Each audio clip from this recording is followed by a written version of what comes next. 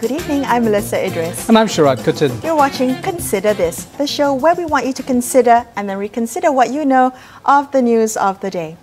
The Yang di-Pertuan Agong today rejected Putrajaya's request for emergency powers to fight the COVID-19 pandemic.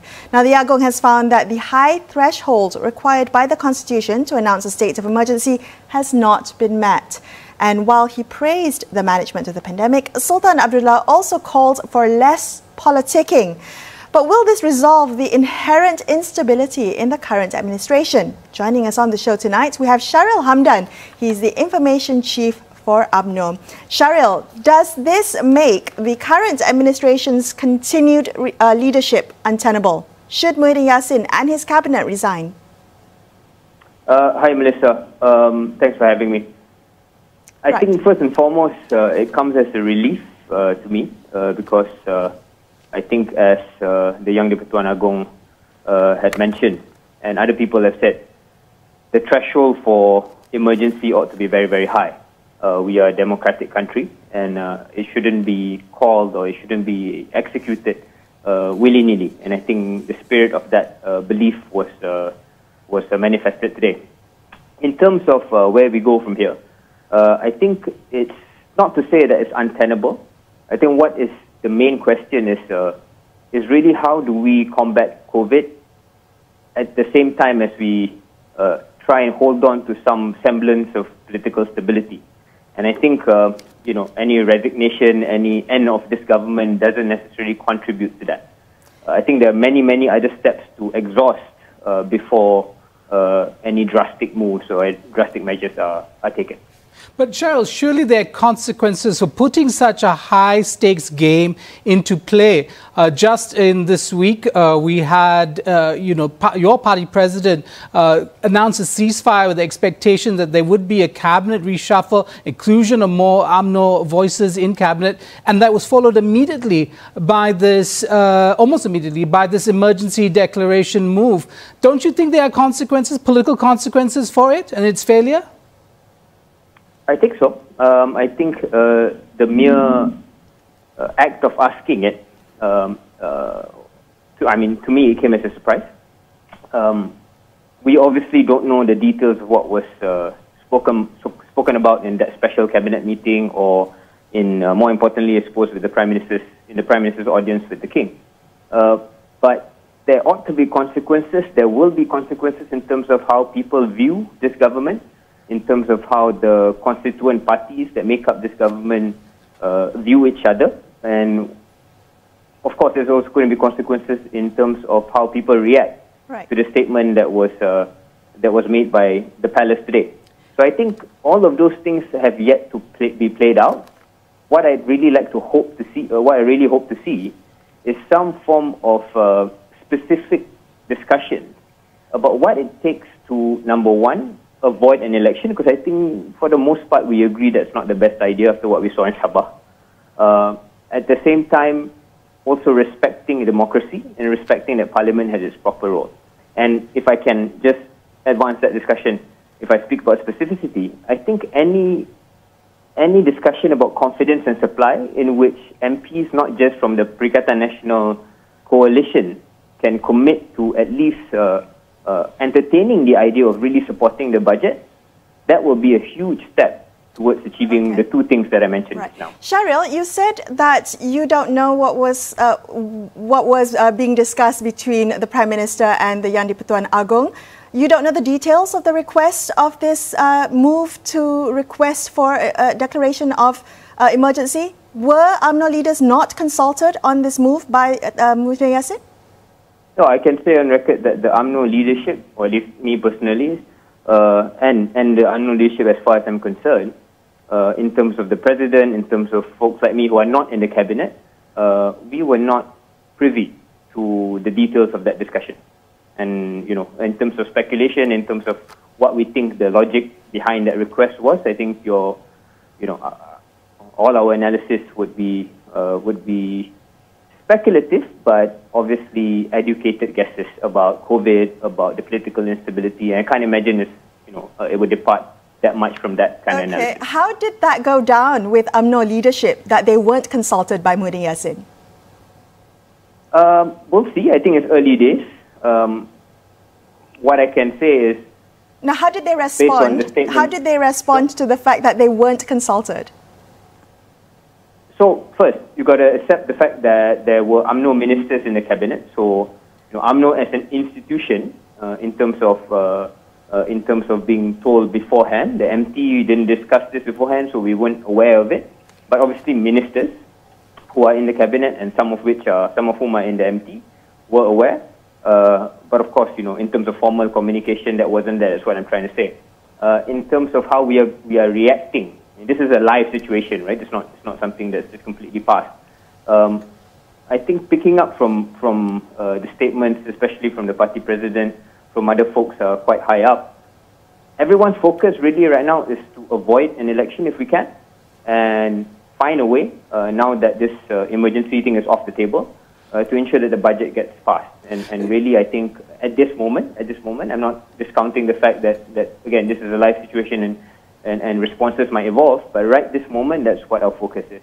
Yes, but in order to do that, won't Tan Sri Muhyiddin Yassin and his cabinet have to give something as well? There's a lot of talk about everybody allowing or giving the current Prime Minister a blank slate as well, a blank check to do whatever he wants. But surely he will have to now give something in order to get some sort of consensus in Parliament. I think so. I think. And what would you like that to be, Shahril? What do you think UMNO wants in exchange? Well, what I just implied the past couple of minutes is that it shouldn't just be UMNO. If everyone were to appreciate what the Yang di-Pertuan Agong said in the statement earlier, he didn't mention just parties in government. He mentioned all politicians, and I think specifically in this case MPs, right? One of the things that has come out over the past 24 hours is, I think, encouragingly, some opposition MPs, and I hear that Sadiq's going to be on your show in a bit, yes, have implied that they're quite prepared to contribute towards the budget getting passed. And really, if you think about it, the budget is the single piece of legislation on the table that will make or break this government in this next phase of time, right, of the next months. If that gets passed, then stability, in as much as it exists in the next few months, is done. So really, it's about, sure, the Prime Minister will need to, cobble up a consensus so that the budget passes, because that is in effect the vote of no confidence, and that's the price that comes with a flimsy majority. I don't think he's going to be surprised by that. Shahril, thank you so much for joining us on the show. We really appreciate you joining us so quickly after the announcement was made by the palace today. We appreciate your time. Thank you. We'll be taking a quick break and we'll be back with more after this. Stay tuned to consider this.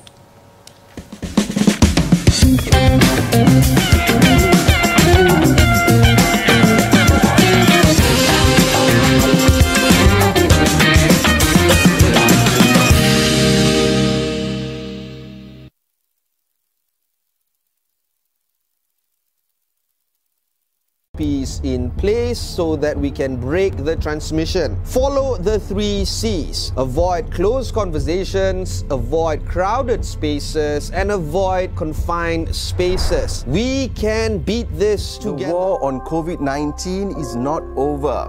We should not take this lightly. Let us ensure all steps are taken to avoid the spread of the virus, be it social distancing, hand hygiene, and wearing of the face mask. It's a new norm. Let's not slack. We can do this. We've done great so far, but the fight is far from over. We need to be vigilant to keep ourselves and others safe. Wear a mask, wash your hands, and when you're out, keep a safe distance. In fighting this virus, we can't relax, so don't be lax. The war against COVID-19 is still on. It is our responsibility to adhere to all the regulations set by our Ministry of Health. We are in the era of a new norm. Face masks, social distancing, and also hand hygiene are just basics. We can do this together, and let's not take it easy. COVID-19 is still out there. Let's do our part in following the SOPs in place so that we can break the transmission. Follow the 3 C's. Avoid closed conversations, avoid crowded spaces, and avoid confined spaces. We can beat this together. The war on COVID-19 is not over. We should not take this lightly. Let us ensure all steps are taken to avoid the spread of the virus, be it social distancing, hand hygiene and wearing of the face mask. It's a new norm. Let's not slack. We can do this. We've done great so far, but the fight is far from over. We need to be vigilant to keep ourselves and others safe. Wear a mask.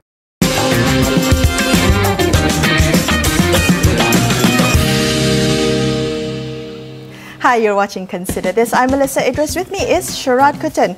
Joining us on the show now, we have Muar MP Said Abdul Rahman. He's also the co-founder of Parti Muda.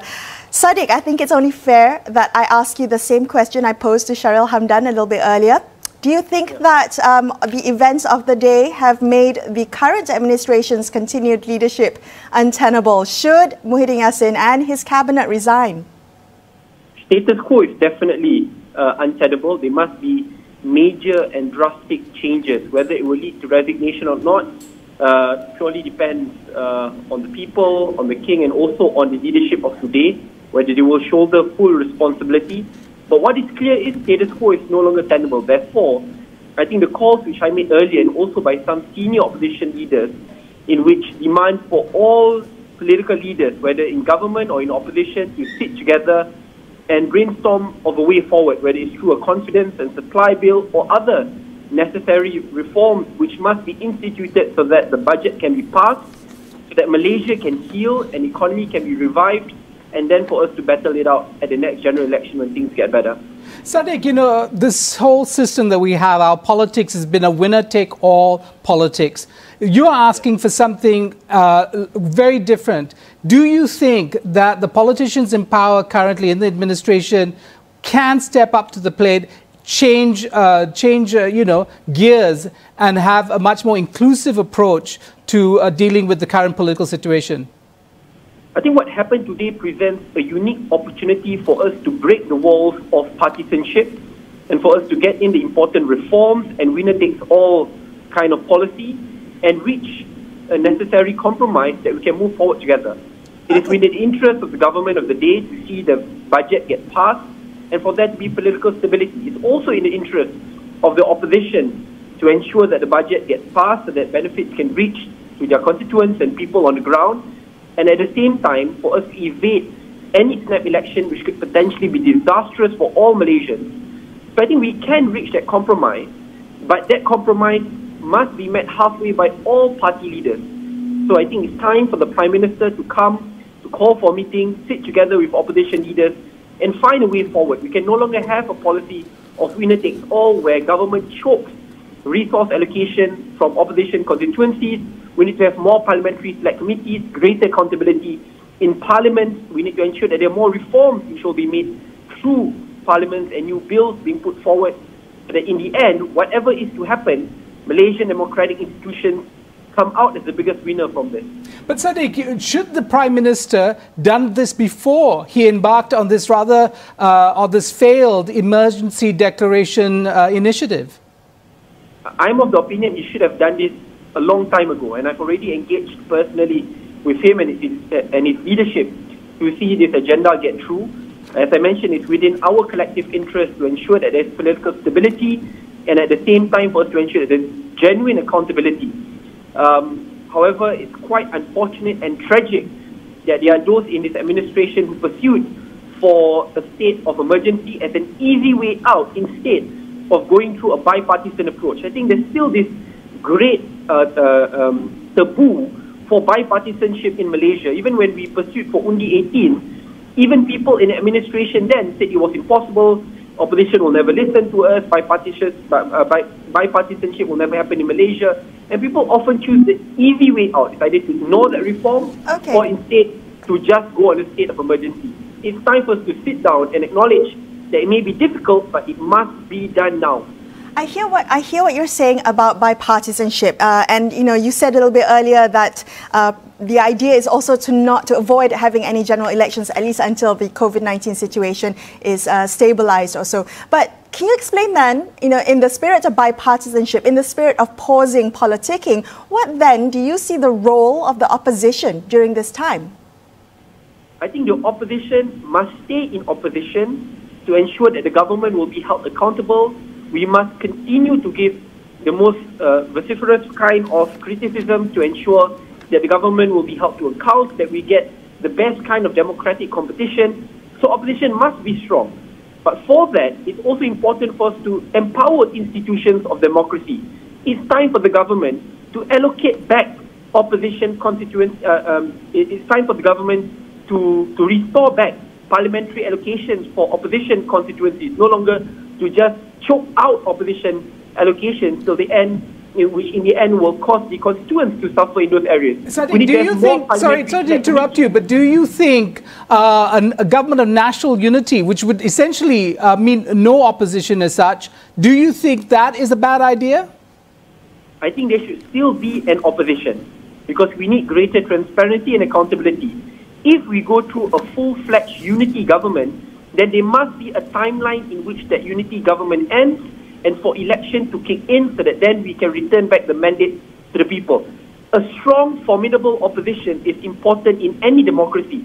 My proposal is to ensure that the opposition is strong, that they will get back their resource allocations, we have more parliamentary select committees, more oversight committees, so that in the end we can lock in the important reforms before we return the mandate back to the Malaysian people. Sadiq, I understand that currently the Prime Minister is meeting with his ministers at his home. There's a lot of talk about the possibility of resignation. Do you think that in the event that the Prime Minister does resign, that that there could be a new government, maybe a restoration of the Pakatan Harapan alignments now leading the country? Would you be in favour of that? Would you vote for that? You're an MP. That's definitely a potentiality. I will stick by the mandate which was given to me by the people of Muar and in the Harapan coalition overall. However, if that new government means me working with kleptocrats, then I will politely decline and I will remain as a voice in opposition to hold the government accountable. I think it's time for us to put power struggles behind and to focus on rebuilding Malaysia together. So moving forward, whether it's a new government, a new prime minister, a new cabinet, I think what's most important is for us to focus on dealing with COVID and reviving our economy. Okay, I think that should be our priority. And whichever government is to come into power, we need to restore the power back in the hands of the opposition, so that we have a formidable opposition moving forward to ensure that greater checks and balances. Okay, on that note then, during the tabling of Budget 2021, how will you be voting, Sadiq? I think if we can reach a compromise, for example, the Prime Minister can call for a meeting among party leaders and representatives and find a compromise in which we can have more parliamentary select committees, more oversight committees, more bipartisanship in decision making, and to potentially restore allocations in opposition constituencies, I will have absolutely no problem to support a good budget, the budget of the people. We cannot have hyper-partisanship where we merely reject the views of our opposition simply because we are on the other side. I remember when we pursued for 3 critical constitutional amendments, which then lowered the voting age to 21 to 18 years old, bipartisanship was made possible because we were willing to sit together, meet up with one another, and reach important compromises to move Malaysia forward. If that could happen before, why now should there be a different standard? Okay, thank you so much for speaking with us tonight. We really appreciate your time. We're going to take a quick break here and consider this, but we will be back with more. So don't go anywhere. Stay tuned.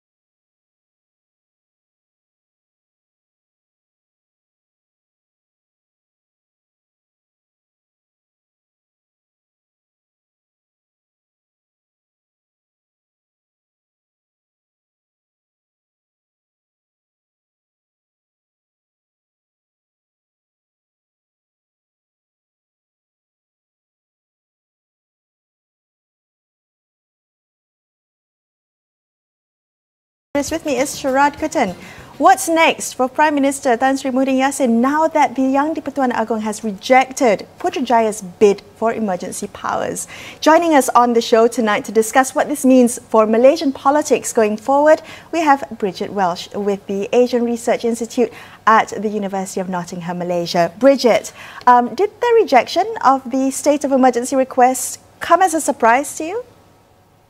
Actually, no. I think that this showed good judgment in terms of responding to the concerns of focusing on the issues of Malaysians in terms of the areas of COVID-19 and the economy. And I think that an emergency rule would have actually polarized the country and actually, in some ways, been a sign of weakness. And I think this is a wise decision, and I think a decision that not only saves the democratic system in Malaysia, it also tests it as it moves forward.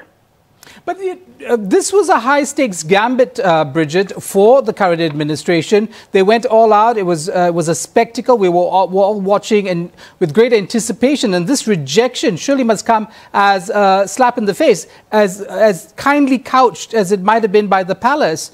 Do you think, or what do you think are the consequences for the current administration? Well, I think it's no question that all the political leaders have been quite seriously weakened. And, of course, the most important of which is Muhyiddin Yassin. And as you've already reported on your show, there are issues of whether or not he will resign. I understand that his ministers have gone to his house to try to convince him to stay on. And I think we're going to see a very interesting set of days as he makes this decision of whether or not he will feel this as a personal insult, or whether he will make a decision to, for the good of the country to move on, or for the good of the country to stay. I think these are the things that are going to be played out. And the general issue, a more macro level, is that the leadership issue of the country is not yet resolved, because the fact of the matter is that the questions of resignation, unity government, alternative government are still very much on the table. Right. Bridget, talk us through the different scenarios. I mean, should Muhyiddin Yassin resign, how do you expect this to play out? Walk us through what you foresee. Well, I think that, first of all, I think it's too early to say what's going to happen with the resignation. I think those things are being considered, and more than likely there are clearly interests to try to keep him in power. He still holds that position, and I think that there will be a lot of pressure for him to retain that. So I think that resignation is not necessarily a clear indication, but I think that it is one of the scenarios. Another scenario, of course, is that there is a Pakatan Harapan return, but not without Mahathir, led by Anwar. But he also has been seriously weakened and is seen as contributing to the instability that emerged. And I think that he will have some serious challenges also to get his numbers together, especially if he works with certain factions within UMNO. If this emerges, and only if there is an issue of a resignation. A third alternative is a unity government, and here that will be an alternative leader of different actors and different permutations in the coalition system. And I think this could be UMNO, it could be parts of Pakatan Harapan, it could be parts of different actors from Sabah and Sarawak. I think this is another alternative, and the question will be about the timing and the different dynamics that play out. So the leadership issue is still yet unresolved in these three different scenarios. Bridget, just prior to this emergency declaration gambit was, in fact, a statement out by UMNO President Zahid Hamidi that he would issue a ceasefire. It was expected that there would be a cabinet reshuffle that reflected greater UMNO representation, especially representation of that faction of UMNO. Do you think that's still a possibility for Muhyiddin Yassin, that he might include Zahid Hamidi's faction and therefore stabilize his government? I think the reality is anything is possible now in Malaysia, and different permutations can come together. I think we're at a testing time for the coalition system.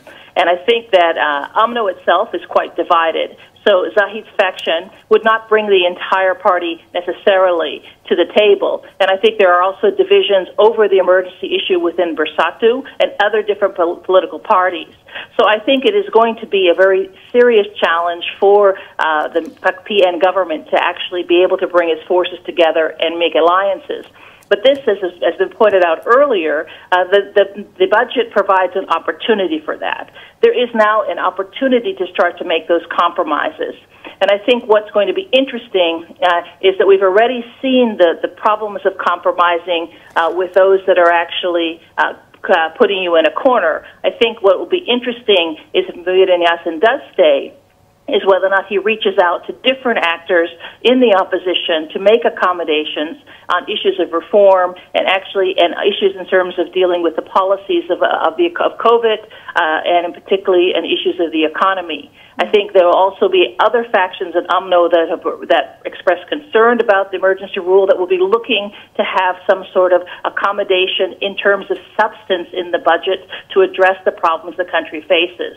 So it is a very interesting time in that the Parliament and the issues of the budget become an important arena for compromise, for negotiation, and all of these things are going to be things that are going to be debated and discussed. While the politicking of elite dealing is likely to continue, I think that the focus in the public arena will be very much on the budget, COVID, and the issue of leadership. Bridget, if we could just go, before we go into the future, and we already have in some ways in discussing possible scenarios, can we look at this particular gambit? What do you think was going on here, especially in terms of Perikatan Nasional's communication strategy, you know, that conflated the health crisis with the political crisis, that seemed to provide only two alternatives, either a snap election that seemed unpopular or emergency rule.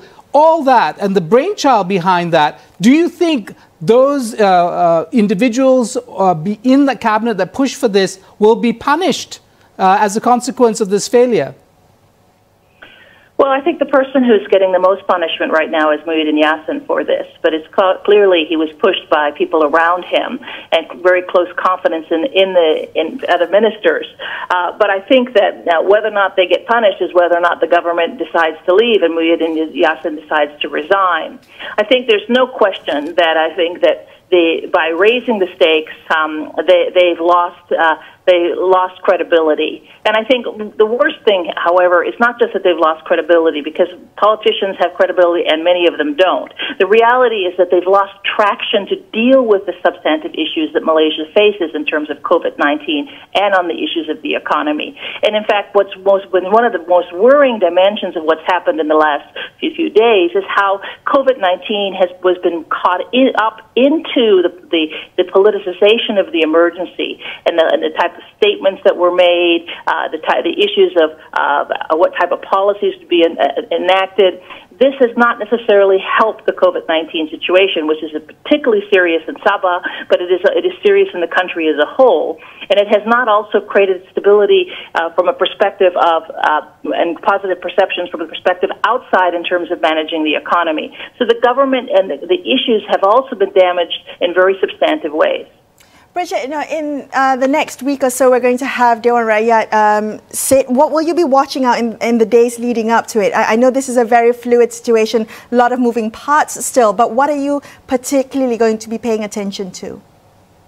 I'm going to be looking specifically at how people are going to be asking for in the opposition to be able to pass the budget. We've already saw before I spoke a political speech by Syed Sadek saying, "Okay, we want this," and it was already laying on the table. So these are the things for my vote, right.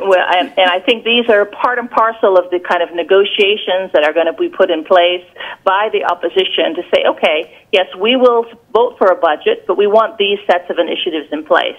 And I think there will be others, that processes that are also going to be put on the table from the perspective of how the process evolves.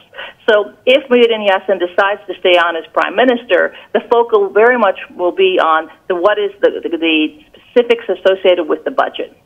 If Buletin chooses not to resign, then the issues will be the different configurations of political leadership. And much of this will probably not happen in the public arena because of all of the leaders have been rebuked and they've been told to stop politicking. Problem is that politicking is an addiction for these politicians.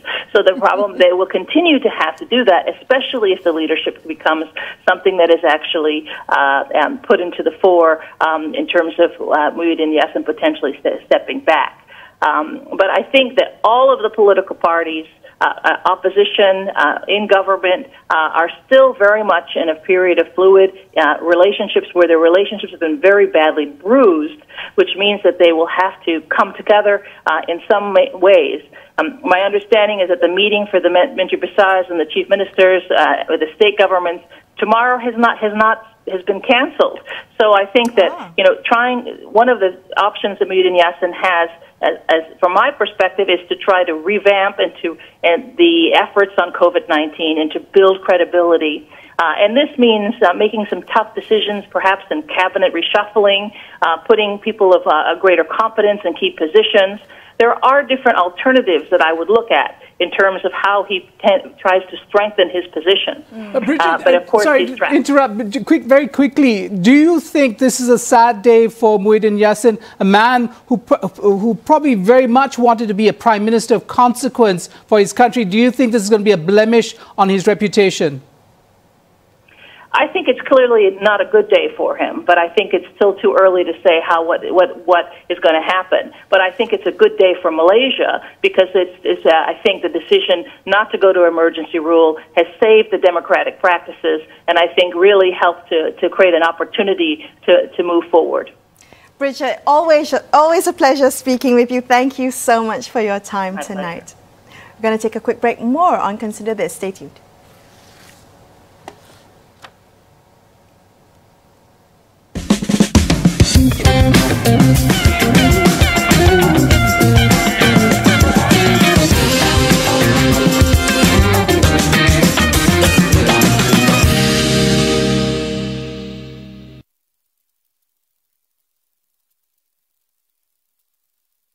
Adab yang terpahat di jiwa dan raga.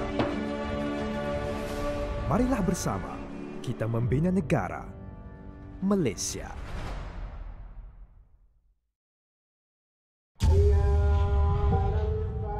Amanah di tangan kita. Adat, budaya dan semangat menjadi kesinambungan perpaduan tanah air yang tercinta. Berteraskan adab yang terpahat di jiwa dan raga.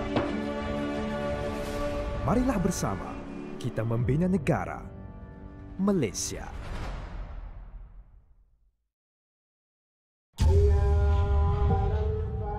Amanah di tangan kita. Adat, budaya dan semangat menjadi kesinambungan perpaduan tanah air yang tercinta. Berteraskan adab yang terpahat di jiwa dan raga.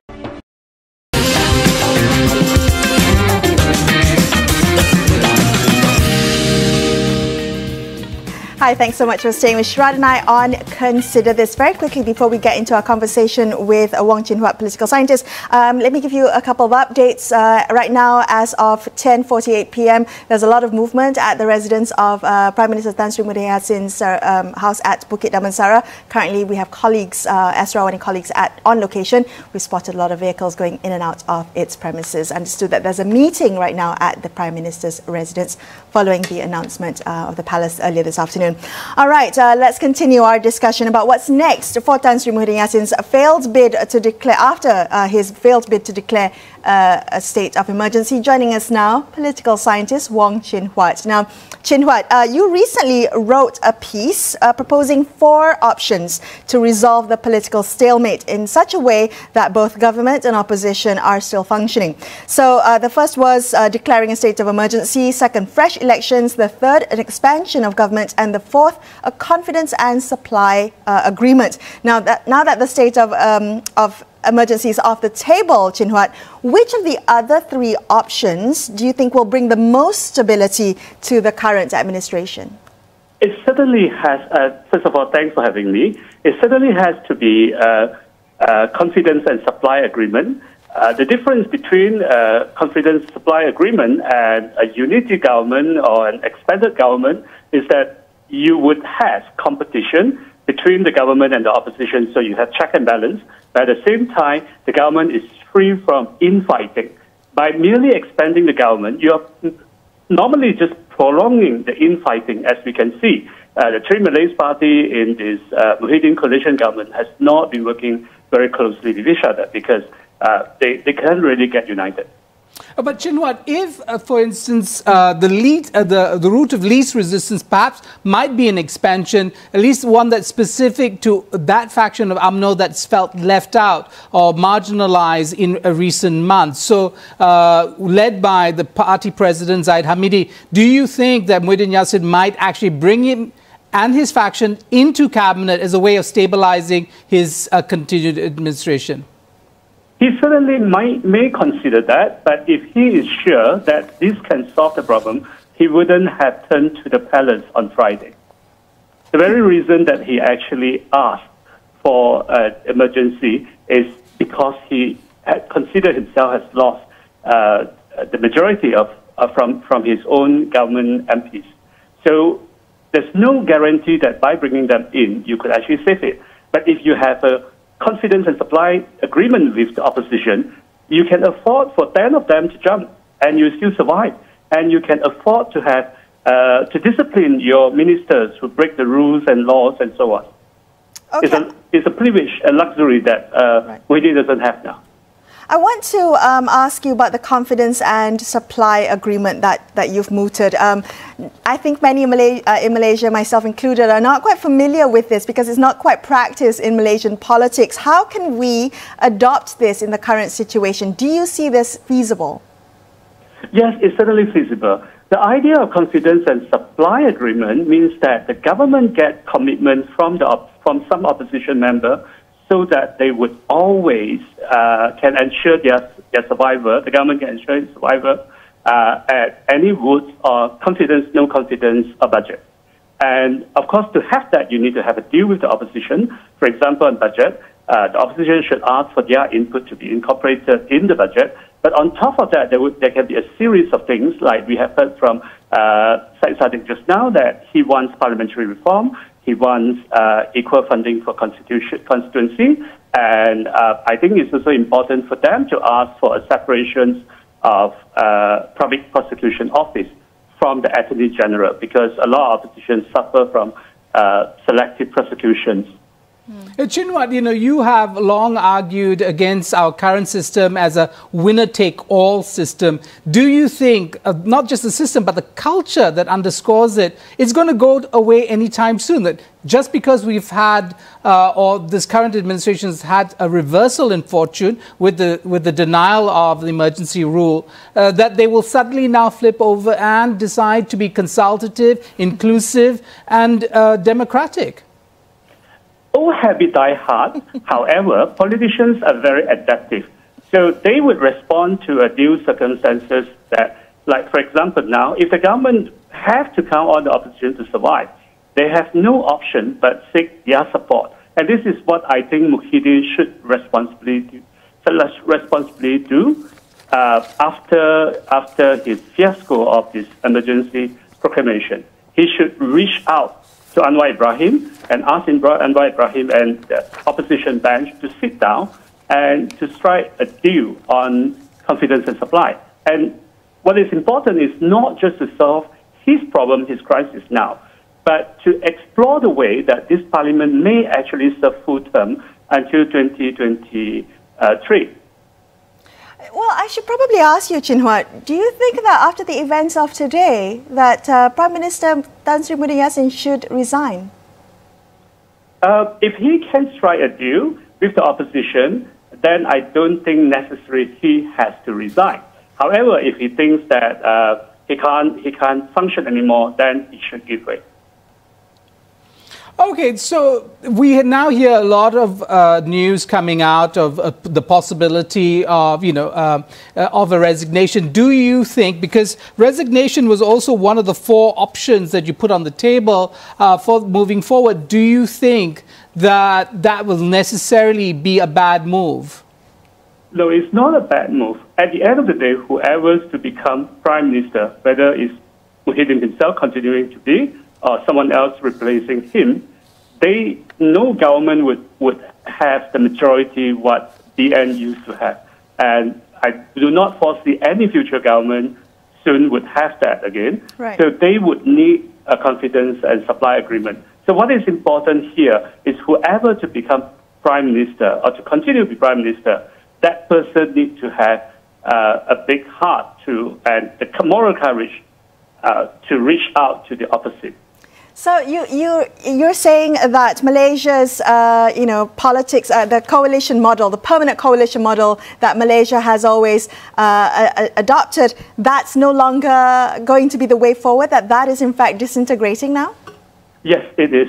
We have to bid farewell with that model. We have to end our practice with majority government, and for that we need to consider changing our electoral system as well. Because what we are seeing now is the problem of multi-party competition without this benefit. So we see very fluid coalition rebuilding. We should not have been the case for a first-past-the-post system. So that system is now incompatible with Malaysian political realities. We need to move forward, and CSA in that sense will be part of the new normals we need to embrace. Right, CSA being the confidence and supply agreement. Okay, Chin Huat, you mentioned two really interesting ideas. I mean, a big heart, moral courage.